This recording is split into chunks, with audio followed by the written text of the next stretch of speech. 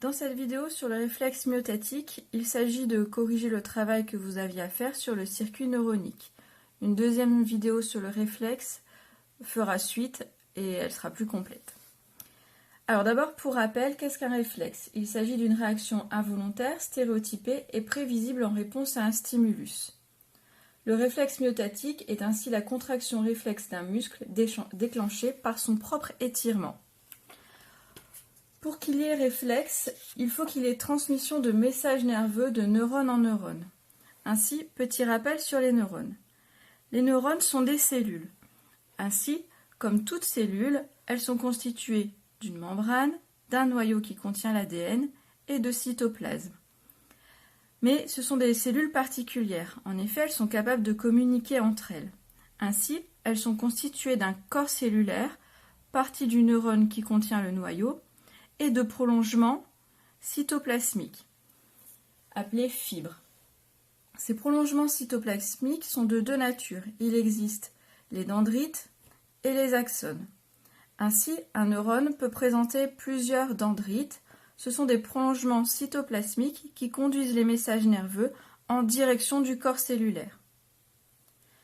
Par contre, le neurone ne possède toujours qu'un seul axone, c'est donc un prolongement cytoplasmique unique qui conduit le message nerveux depuis le corps cellulaire vers une autre structure. Ainsi, l'axone pourra faire une synapse avec une autre structure.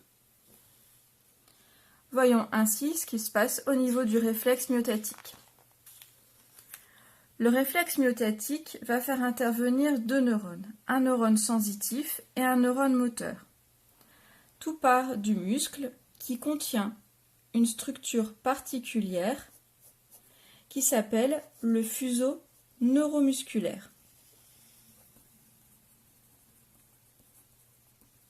Ce fuseau neuromusculaire correspond à des fibres musculaires modifiées ainsi qu'à des fibres du neurone sensitif. Ainsi, le neurone sensitif part de ce fuseau neuromusculaire.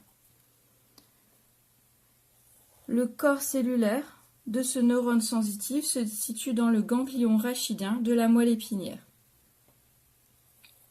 Il est prolongé ici par un axone qui fera une synapse avec le neurone moteur.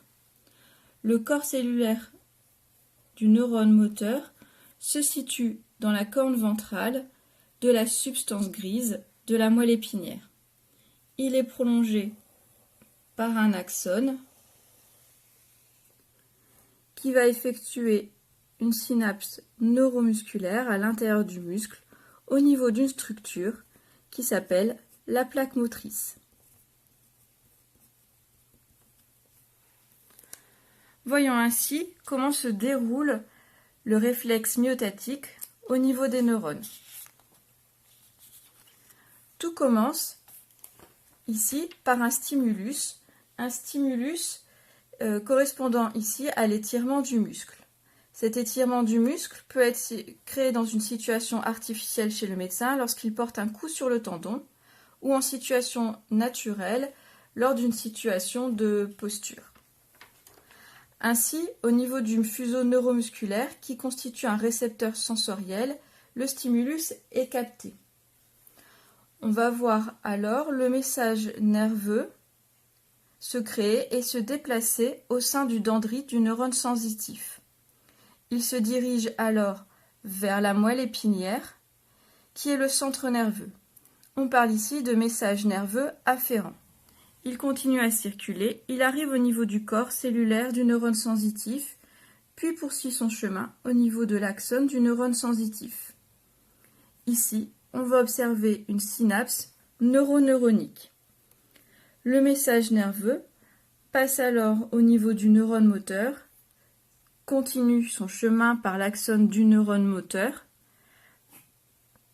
On parle ici de message nerveux efférent puisque le message nerveux quitte le centre nerveux, c'est-à-dire la moelle épinière. Ensuite, le message nerveux continue son chemin jusqu'au muscle au niveau de la plaque motrice. En réponse, le muscle va se contracter. C'est ainsi que se termine le réflexe myotatique.